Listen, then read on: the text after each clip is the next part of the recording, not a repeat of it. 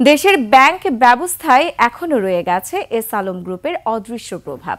রাষ্ট্রায়ত্ত রূপালী ব্যাংক তার সবশেষ নজির। জানা যায়, কেন্দ্রীয় ব্যাংকের অনুমোদন ছাড়াই এস আলমের মালিকানাধীন বিদ্যুৎ কেন্দ্র এস পাওয়ার ওয়ানের চীনা ঋণের 283 মিলিয়ন মার্কিন ডলার পরিশোধ করেছে রূপালী ব্যাংক। এ নিয়ে ব্যাংকটির কাছে ব্যাখ্যা চেয়েছে বাংলাদেশ ব্যাংক।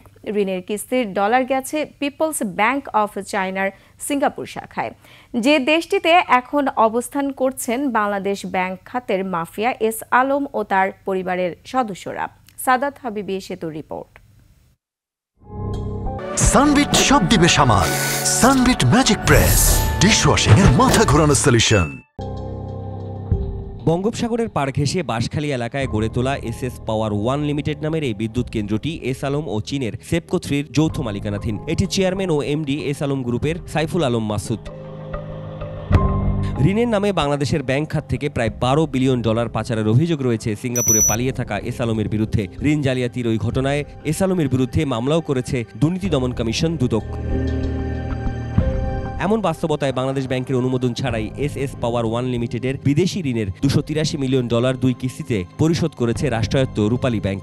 ঋণের এই অর্থ গেছে পিপলস ব্যাংক অফ চায়নার সিঙ্গাপুর শাখায়, যার একটি কিস্তির 140 মিলিয়ন ডলার পাঠানো হয় 2024 সালের 19 ডিসেম্বর এবং আরেকটি কিস্তির 143 মিলিয়ন ডলার পরিশোধ করা হয় 2025 সালের 23 জুন। কিছু কিছু শিল্পগোষ্ঠীর বিরুদ্ধে অ্যান্টি কারাপশন কমিশন এবং আদালতে কিন্তু অভিযোগ রয়েছে, মামলা চলমান রয়েছে।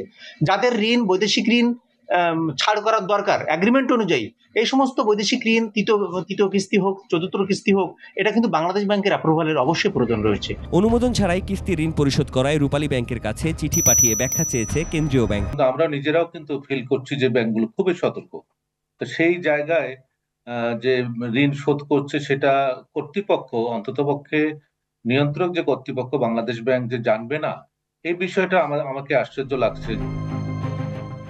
এর আগে ঋণের প্রথম ও দ্বিতীয় কিস্তির সর্বমোট 243.76 মিলিয়ন ডলার কেন্দ্রীয় ব্যাংকের যথাযথ অনুমোদন নিয়েই পরিশোধ করা হয়েছিল। তবে ব্যত্যয় ঘটে তৃতীয় আর চতুর্থ কিস্তির পরিশোধের ক্ষেত্রে।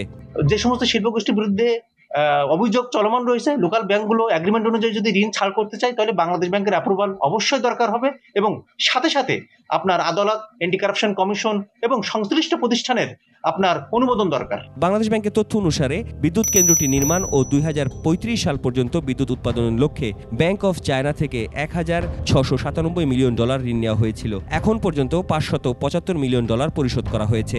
এই কাজটি কোনোভাবেই, যেহেতু লোকচুরির বিষয়, কোনোভাবেই এটা মেনে নেওয়া যায় না। এটা খুব দ্রুত আমার মনে হয় যে খতিয়ে দেখা উচিত এবং জাতির সামনে এটা উঠে আসা উচিত। বাংলাদেশ ব্যাংকের অনুমোদন ছাড়াই এস আলম সংশ্লিষ্ট প্রতিষ্ঠানকে অর্থ পরিশোধের বিষয়টিকে সন্দেহ চোখে দেখছেন সংশ্লিষ্টরা। সাদাত হাবিবি সেতু, 21 টেলিভিশন, ঢাকা।